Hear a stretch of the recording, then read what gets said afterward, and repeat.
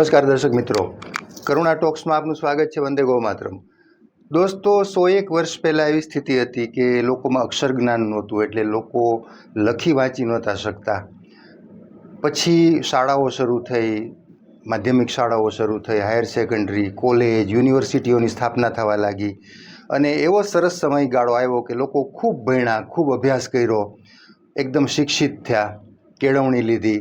પણ હવે છેલ્લા 25 વર્ષથી પરિસ્થિતિ એવી થઈ કે ઇલેક્ટ્રોનિક ગેઝેટ્સ આવ્યા, ઇન્ટરનેટનો વ્યાપ વધ્યો, એને કારણે આપણે શિક્ષિત હોવા છતાં વાંચતા નથી, વાંચવાની આળસ થવા માંડી.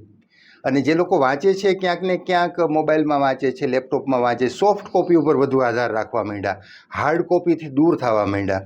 તો આ સ્થિતિ ચિંતાજનક છે. આ વાત હું એટલા માટે કરું છું કે 23મી એપ્રિલનો દિવસ હોય છે એ વિશ્વ પુસ્તક દિવસ હોય છે.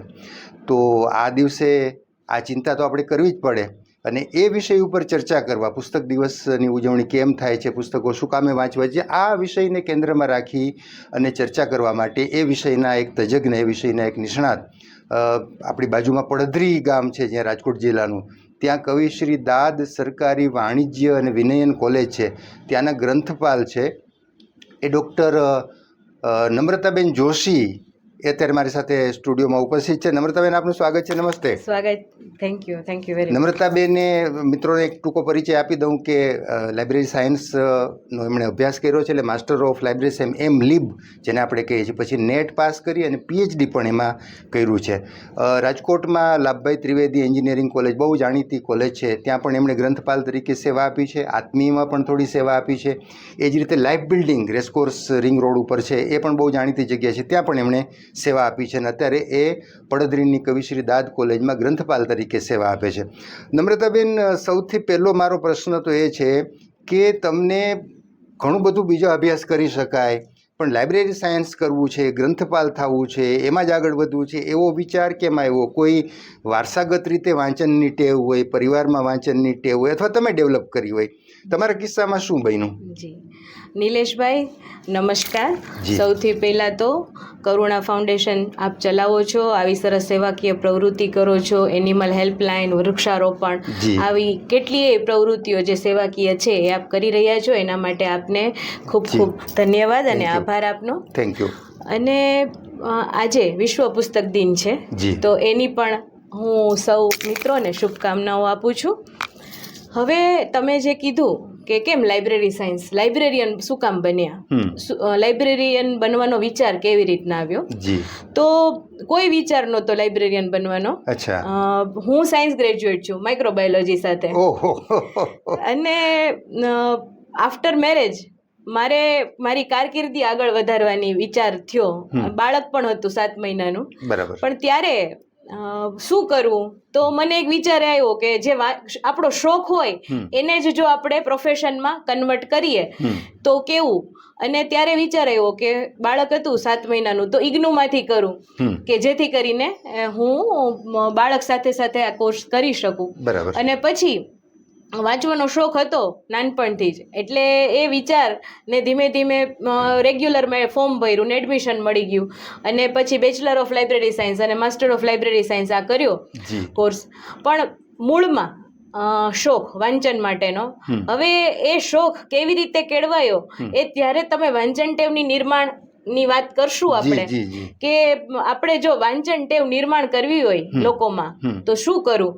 તો એના માટે હું મારું બેકગ્રાઉન્ડ ત્યારે વાત કરીશ, કેમ કે વાંચવાનો શોખ એટલો બધો કે જે હાથમાં આવે વાંચી નાખવું, એવો એક આખો શોખ મારો ડેવલપ થયેલો હતો. જી મારા મનમાં એ પ્રશ્ન છે જ, આપણે એની ચર્ચા કરશું. અચ્છા, પુસ્તક દિવસ લોકોના મનમાં એવું છે ભાઈ 23મી એપ્રિલનો દિવસ છે, પુસ્તક દિવસ તરીકે આખા વિશ્વમાં ઉજવાય છે.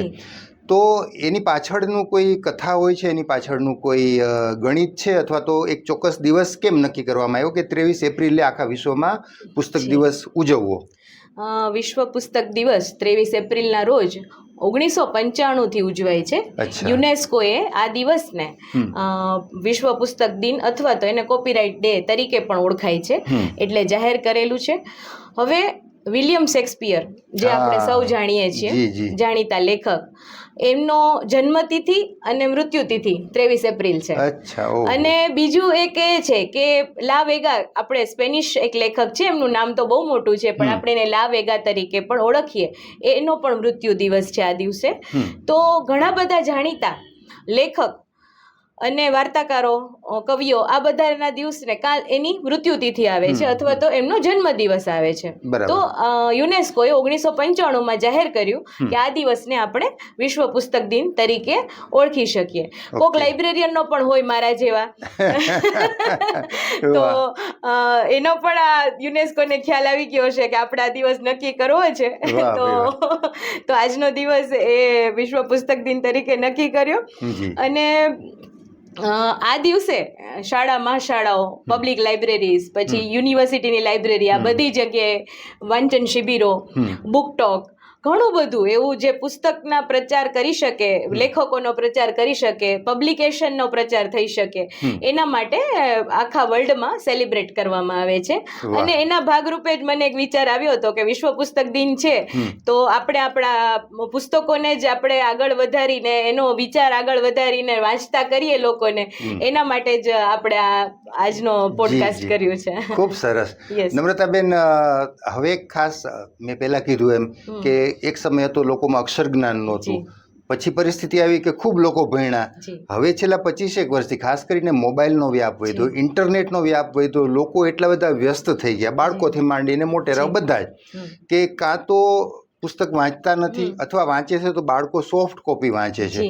વાસ્તવમાં હાર્ડ કોપી પુસ્તક હાથમાં લઈને વાંચવું એની જરૂરિયાત કેટલી એઝ એ લાઇબ્રેરિયન આપને લાગે છે?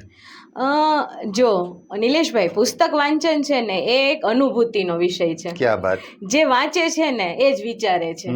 જો લોકશાહી જીવંત રાખવી હોય ને તો વાંચન તો હોવું જ જોઈએ. બિલકુલ. હવે આજની પેઢી જે કે છે કે અમને ઓડિયો બુક, એની એક જ દલીલ હોય, મારા દીકરાઓ પણ આજની પેઢીમાં જ છે, જેનજી વાળા, તો એમ કે અમે ઓડિયો બુક સાંભળીએ, અમે ડિજિટલ માધ્યમમાંથી અમે પોડકાસ્ટ જોઈએ. તો જો વાંચવું ગમતું જ ન હોય અને બેસી જ ન શકતા હોય તો ઓડિયો બુક એનો એક વિકલ્પ હોઈ શકે. બીજું, આંખે દેખાતું નથી કે કોઈ પણ પ્રકારની ડિસેબિલિટી છે, એના માટે પણ ઓડિયો બુક વરદાનરૂપ છે. આમ જુઓ તો ઉપર છેલ્લી રીતે બુક્સ અને ઓડિયો બુક્સ બે સેમમાં આપણે ગણી શકાય. પણ ઓડિયો બુક એવી વસ્તુ છે કે જેમાં આપણે કંઈ કરવાનું નથી, એ તો જે વ્યક્તિએ એના વિચારો એને બોલ્યા ને રજૂ કર્યા એ પ્રમાણે આપણે સાંભળીએ છીએ. અને ખાસ કરીને ઓડિયો બુકમાં આપણે મલ્ટીટાસ્કિંગ કરતા હોય, વોકિંગ કરતા હોય, કુકિંગ કરતા હોય કે બીજું કંઈક જીમ કરતા હોય, આ બધું કરતા કરતા આપણે ઓડિયો બુક્સ વાપરીએ છીએ. હવે જ્યારે બુક્સ વાંચીએ છીએ ત્યારે એક પ્રક્રિયા છે, સમજ શક્તિ, કલ્પના શક્તિ, ધ્યાન, તમારે આ બધું જ વાંચતી વખતે તમારી સાથે હોવું જોઈએ. બરાબર છે. અને નિલેશભાઈ, સંશોધન એવું કહે છે કે તમારે શાંત મગજ કરવું હોય ને, ફોકસિંગ પાવર વધારવો હોય ને, તો પુસ્તક વાંચન જેવી કોઈ વસ્તુ જ નથી. બીજું, આજના જમાનામાં બીપી જેવા રોગો થાય છે, તો આ બીપીને ઓછું કરવામાં પણ પુસ્તકો ઉપયોગી છે. કોર્ટિસોલ જે આપણા શરીરમાં જે હાનિકારક દ્રવ્ય છે એને ઓછું કરવા પણ પુસ્તકો જરૂરી છે. ટૂંકમાં કલ્પના શક્તિ, સમજ શક્તિ, તર્ક શક્તિનો વિકાસ જો કરવો હોય તો પુસ્તક વાંચન, જે ફિઝિકલ વાંચવું પડે, એનાથી વિશેષ કાંઈ હોઈ ન શકે. અને સૌથી મહત્વનું, હું આજની પેઢીને પણ મેસેજ આપું કે આ જે પુસ્તક છે એને તમારે પાવર ચાર્જિંગની જરૂર નથી. જે તમે સતત ચાર્જર અને ઇન્ટરનેટ ને બધું સાથે સાથે જોવું જોઈએ, તો તમે બસમાં કે કોઈ પણ એવી જગ્યાએ કે 5 પુસ્તકો નાખ્યા હોય ભેગા થેલામાં, તો તમે તમારો સમય આરામથી વાંચી શકો, સમજી શકો અને પસાર કરી શકો છો. પણ સમય પસાર કરવાથી વધારે જે વ્યક્તિઓને એક વાંચન ટેવ બની છે, જેમ કે આપણે ટેસ્લાના માલિક એલન મસ્કનું નામ લઈએ, એ 10-10 કલાક વાંચતા. કોઈ પણ સફળ વ્યક્તિ વાંચ્યા વગર આગળ વધી હોય એવું આજ સુધી બન્યું નથી. તમે કોઈ પણ વડાપ્રધાનનો ઓટોબાયોગ્રાફી લ્યો કે કોઈ પણ વ્યક્તિ જે સફળ છે એના પોતાના ક્ષેત્રમાં, તો એની વાત કરો તો એ વાંચ્યા વગર આગળ આવતા નથી. તો દરેક વ્યક્તિને અત્યારે વાંચનની જરૂર છે જ. તો આ જે વાંચનના જે ફાયદા છે સાથે સાથે બીજી એક વસ્તુ એ છે કે કોઈએ 30-40 વર્ષે, જેમ કે હું અત્યારે કોઈ બુક્સ મારા અનુભવ ઉપરથી લખું તો એ 30-40 વર્ષનો મારો અનુભવ જે કોઈ 15 વર્ષનો કે 16 વર્ષનો કે 12 વર્ષનો દીકરો કે દીકરી વાંચે છે તો એના મનમાં આ 40 વર્ષનો એક્સપિરિયન્સ 2 થી 3 દિવસમાં કે ક્યારેક એક રાતમાં પુસ્તક પૂરું કર્યું હોય તો એ પણ એને મળી શકે છે. તો તમે દરેક વ્યક્તિના વિચારો, અનુભવો, હિમાલયનો પ્રવાસ વાંચીએ તો હિમાલયમાં કેવું અનુભવ થાય આપણે પ્રવાસમાં જતા પહેલા એ પણ આપણે વાંચી શકીએ છીએ અને અનુભવી શકીએ છીએ. તો પુસ્તકોનો ફાયદો તો લખલૂટ છે, એમાં તો કોઈ વાત જ નથી થઈ શકે. જી ખૂબ સરસ કમ્પેરિઝન નમ્રતાબેન તમે કર્યું કે ભાઈ આપણે પુસ્તક વાંચીએ અને ઓડિયો બુક સાંભળીએ કે કોઈ પોડકાસ્ટ જોઈએ એમાં કેટલું અંતર છે અને પુસ્તક છે હાર્ડ કોપી એ જ શ્રેષ્ઠ છે. તો બહુ સીધી વાત છે. અચ્છા, હવે વાંચનની ટેવ વિકસાવવી હોય કોઈનામાં, કારણ કે નવી પેઢી થોડીક દૂર થઈ ગઈ છે અથવા તો આ ગેઝેટ્સમાં વધુ રસ લે છે, તો એને હાર્ડ કોપી પુસ્તકો બાજુ વાળવા હોય, વાંચનની ટેવ પહેલાં તો એના મનમાં જાગૃત કરવી હોય તો શું કરવું પડે? અને પછી તમારી જે આપણી વાત અધૂરી રહી ગઈ છે, તમારા વાંચનની ટેવ કેવી રીતે વિકસી એ વાત કરી દો. જો હવે નિલેશભાઈ, વાંચન ટેવ નિર્માણ કરવા માટે 3 વસ્તુઓ અત્યારે હું સાંકળી લઉં છું. અચ્છા. સૌથી પહેલું તો તમારું ઘર. બાળક હોય નાનું એ ઘર, પછી એ ભણે શાળા, એનો પછીનું સ્ટેપ શાળા આવે, પછી મહાશાળા હાઈસ્કૂલનું કામ, પછી કોલેજનું કામ અને છેલ્લે યુનિવર્સિટીનું કામ. અને પબ્લિક લાઇબ્રેરી તો પીપલ્સ યુનિવર્સિટી છે જ, જે આપણને બધાને આજીવન લાઈફ લોંગ લર્નિંગ પૂરું પાડે છે. બરાબર. હવે શરૂઆત હું મારા એટલે ઉદાહરણ આપીને કરું કે બાળક છે ને એ એક આપણી નકલ કરતું હોય. તમે જો સંગીતના જાણકાર છો તો તમારું બાળક વાજુ વગાડે, બરાબર છે. પછી મારું બાળક, જો હું વાંચું તો મારું બાળક વાંચે, જો હું કચરા પોતા કરું તો એ પાછળ કચરા પોતા સાવરણી લઈને ઈ કરે, ટીવી જોઉં તો ટીવી જોવે, મોબાઈલ વાપરું તો મોબાઈલ વાપરે. તો આ બાળકને જો આપણે વાંચન ટેવ બાળપણમાં નિર્માણ કરવી હોય તો આપણે જો વાંચશું તો એ વાંચશે.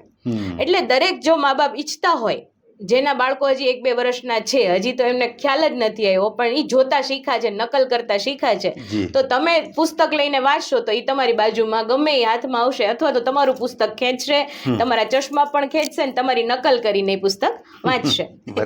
હવે મારી પણ આ જ વસ્તુ નકલ કરીને જ ચાલુ થઈ હતી.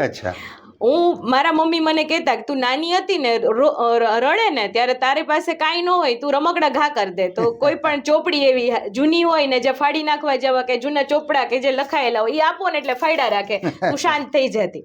એટલે એક નાનપણથી એક હશે કે એ પુસ્તક કે પાનું હાથમાં આવે એટલે મજા આવે. પછી મારા બા અને દાદા, પપ્પા, આ બધા જ શિક્ષકો છે, મમ્મી પણ શિક્ષક છે, તો એક વાતાવરણ શિક્ષકનું ઘરમાં.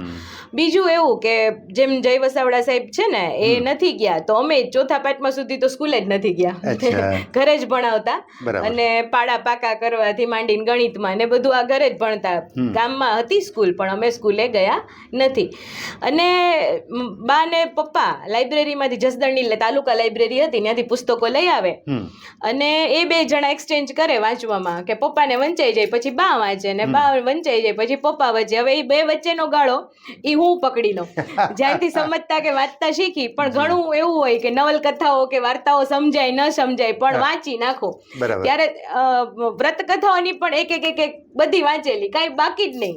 એવી વાંચન ભૂખ કે કાંઈ બાકી જ નહીં, જે ઘરમાં હોય ને બધું વંચાઈ જાય. છાપું આવે તો છાપું વંચાઈ જાય ને વાંચન ભૂખ જ એવી. એટલે એ ટેવ ત્યારથી થોડી થોડી પડી, અને આમ જો તો વધારે પડતી પડી. પછી મારા પપ્પાએ ગૌશાળા ખોલી જીવાપર ગામમાં. હું આમ મૂળ, અમે લોકો, મારો જન્મ સ્થળ જીવાપર, જસાપર બાજુનું, આટકોટ જીવાપર.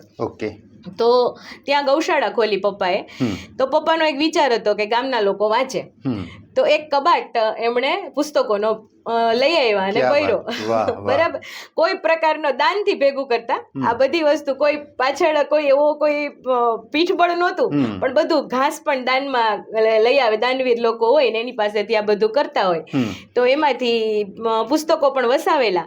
અને એમાં બાળ સાહિત્યમાં ઝુલેવન અને ગીજુભાઈ બધેકા આના પુસ્તકો ઘણા, અને એ બધું જ પપ્પાએ જે વસાયું એમાં પેલા બાળકોના વાંચી નાખ્યા અને પછી મોટાના વાંચવાના ચાલુ કર્યા, અને પછી થોડોક ટાઈમ પછી અમારે શિફ્ટ થવાનું થયું જસદણ, તો કદાચ રહી ગયા હશે થોડાક, પણ ઝુલેવનની બધી વાર્તાઓ.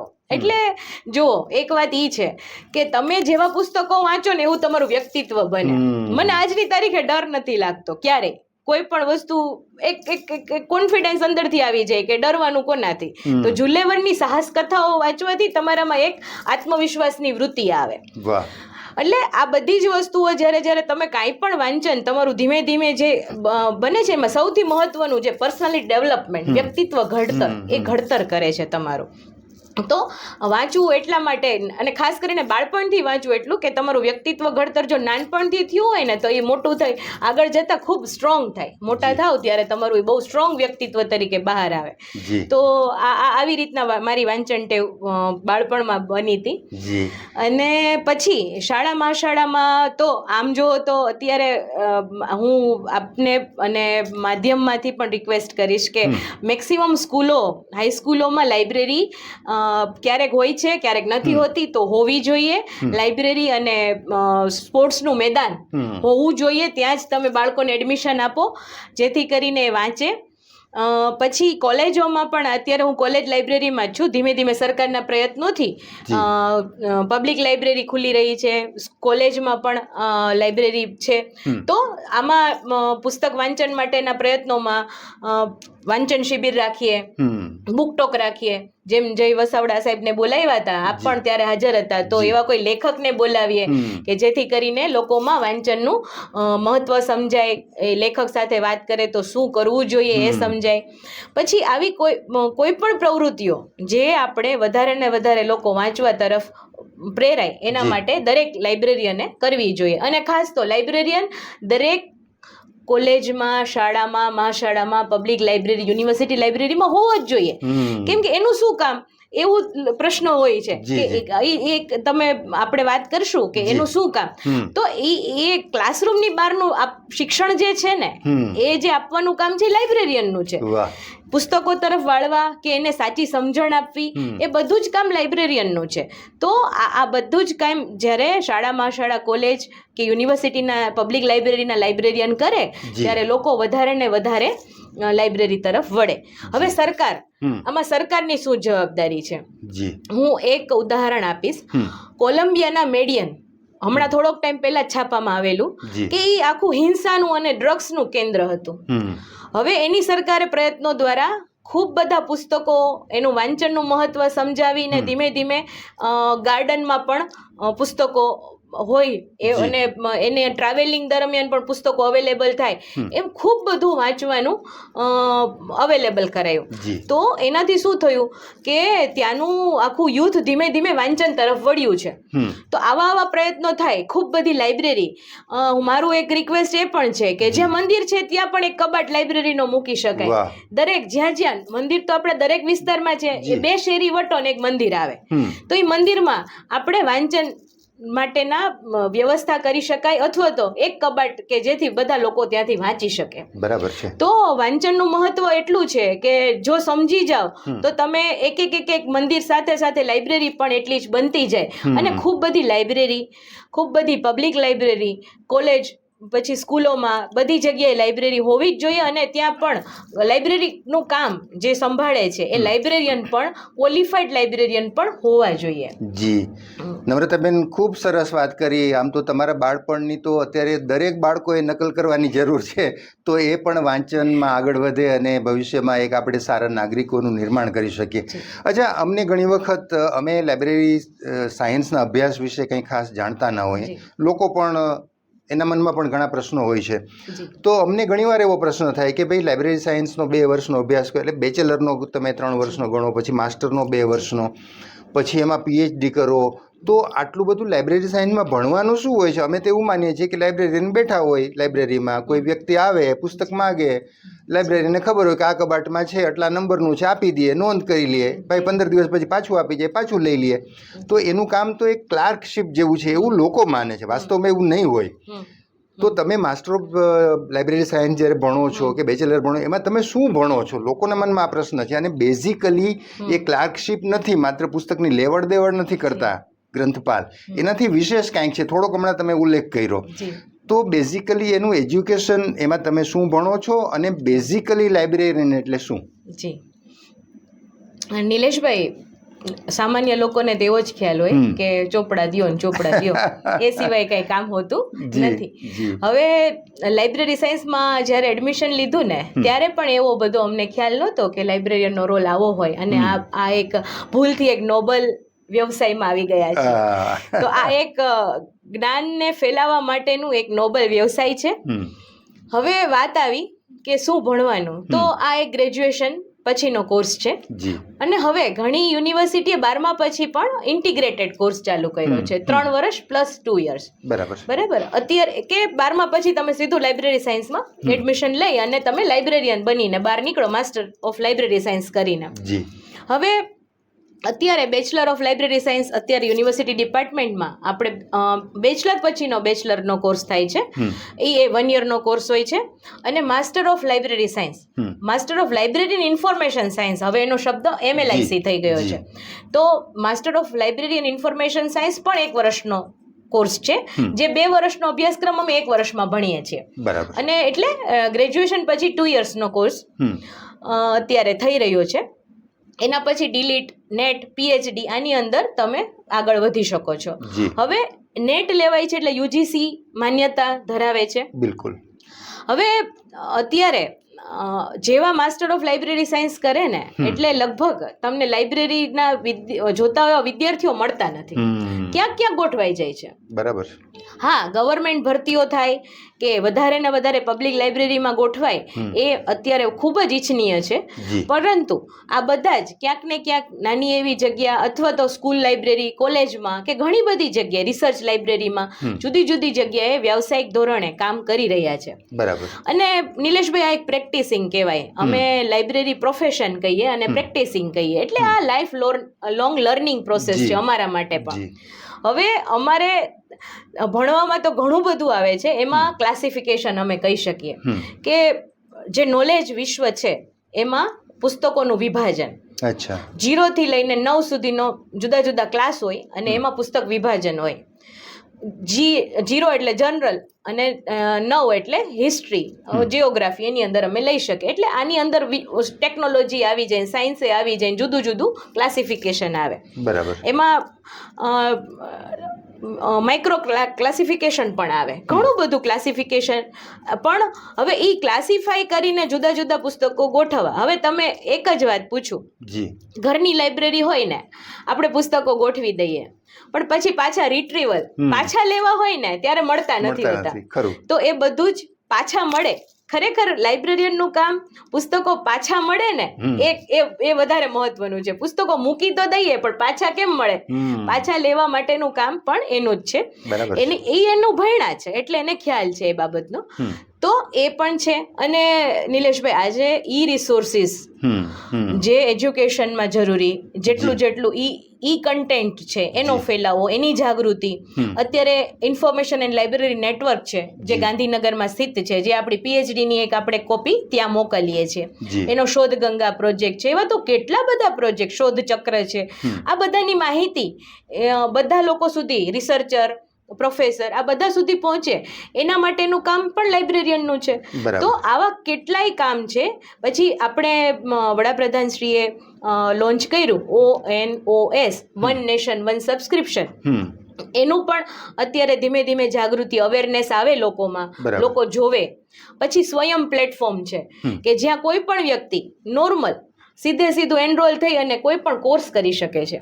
તમારે અત્યારે એન્જિનિયરિંગ વિચાર હોય કે સિવિલ એન્જિનિયરિંગ, તમે ભલે ગમે એ બેઝ હોય, પણ મારે સિવિલ એન્જિનિયરિંગ કરવું છે કે કમ્પ્યુટર એન્જિનિયરિંગ કરવું, તો સ્વયંમાં જઈ અને આપ એ કોર્સ સ્વીકારી શકો છો અને લઈ શકો છો, અને 1000 રૂપિયા આપી અને તમે એની નોમિનલ ફી છે એ સર્ટિફિકેટ તમને મળે.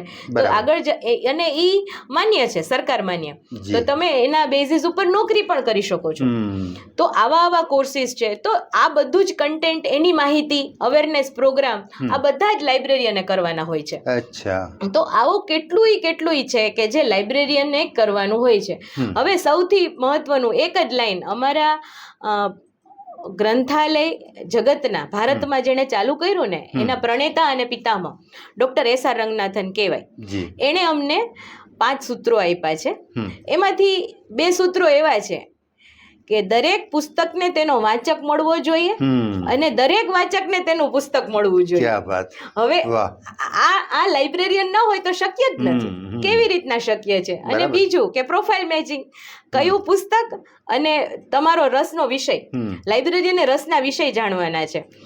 લોકો વચ્ચે જવાનું છે, બેઠું નથી રહેવાનું લાઇબ્રેરીમાં. વિદ્યાર્થીઓ વચ્ચે કે અધ્યાપકો વચ્ચે જઈ એમનો રસનો વિષય જાણી અને એમને સજેસ્ટ કરવાના છે કે આ પુસ્તકો તમે વાંચી શકો. બીજું પ્રોફેસરનું પણ એક આવે છે કે શિક્ષકોનું પણ એક ખૂબ બધું યોગદાન છે. લેક્ચર લેવા જતા હો આપ, તો તમારે અઠવાડિયામાં એક બુક તો લોકોને સજેસ્ટ કરવી જોઈએ કે આજનો લેક્ચર છે તો આ પુસ્તક તમારે વાંચવું જોઈએ. તો વિદ્યાર્થીને લાઇબ્રેરી તરફ લઈ આવવા માટે શિક્ષકોને, અધ્યાપકોનો ફાળો પણ એટલો જ મહત્વનો છે. સાથે આચાર્યશ્રી પણ, અમારા પણ આચાર્યશ્રી આપ જોવો છો કેટલા ઉત્સાહી છે. હું ડોક્ટર કેજી છાયા સાહેબને યાદ કરીશ કે, અને નીલાબેન ઠાકર પણ અમારે ઉત્સાહી હતા. તો આ બધા જ જે લોકો લાઇબ્રેરીને મહત્વ આપી અને વાંચનને વેગ આપે છે, કે એને સમજણ છે કે આ વધારે ને વધારે આપણે ફેલાવો કરી શકાય વાંચવાનો અને જરૂરી છે, જે સમજે છે એ ખૂબ આપણને સપોર્ટ પણ પૂરો પાડે છે દરેક જગ્યાએ. તો લાઇબ્રેરિયનનું મહત્વ ખૂબ છે અને લાઇબ્રેરી સાયન્સ પણ ખૂબ સારો કોર્સ છે અને ખૂબ બધી એમાં અત્યારે ભરતીઓ પણ થઈ રહી છે. જી નમ્રતાબેન, તમે ગવર્મેન્ટ કોલેજમાં છો પડધરી, તો સરકારે અત્યારે તો બહુ સારી કોલેજો બનાવી છે ઇન્ફ્રાસ્ટ્રક્ચર વાઇઝ. બીજું દરેક સરસ મજાની લાઇબ્રેરીઓ સરકારી કોલેજોમાં અત્યારે ઓલમોસ્ટ છે. થોડી પડધરીની મારે વાત તમને પૂછી, તમારી જે લાઇબ્રેરી છે તો ત્યાં કયા પ્રકારની સુવિધા છે, કેટલા વિદ્યાર્થીઓ બેસી શકે, કેટલા પુસ્તકો છે? બીજું દર વર્ષે એમાં વેલ્યુ એડિશન થતું રહેતું હશે, અને વિદ્યાર્થીઓને રસ માટે તો તમે છો, અધ્યાપકો છે, બધા વિદ્યાર્થીઓની લાઇબ્રેરી બાજુ વાળતા જ હોય છે, પણ એક સરસ ઇન્ફ્રાસ્ટ્રક્ચર હોવું છે. દાખલા તરીકે હું ભણતો હતો ત્યારે એક બહુ સામાન્ય લાઇબ્રેરી, એટલે પંખા, સિવિલ હોસ્પિટલ જેવા પંખા હોય ને ભાંગેલ જેવી ખુરશી, એમાં બેસીને અમે વાંચતા હતા. પણ આજે પરિસ્થિતિ બદલાઈ ગઈ છે, સરકારે પણ લાઇબ્રેરીઓને મહત્વ આપ્યું છે. તો કોલેજોમાં અત્યારે લાઇબ્રેરીની બાબતની વાત કરીએ તો કેવી સુવિધા છે?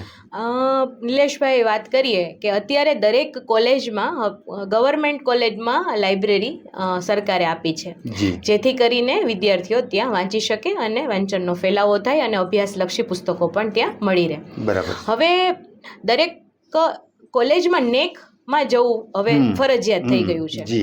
તો નેકની અમુક રિક્વાયરમેન્ટ હોય છે, જેમ કે આટલી કેપેસિટી બેસવાની હોવી જોઈએ, ઈ લાઇબ્રેરી હોવી જોઈએ, ઈ રિસોર્સિસ મંગાવો છો કે નહીં, કોમ્પ્યુટરાઇઝેશન છે કે નહીં લાઇબ્રેરીમાં.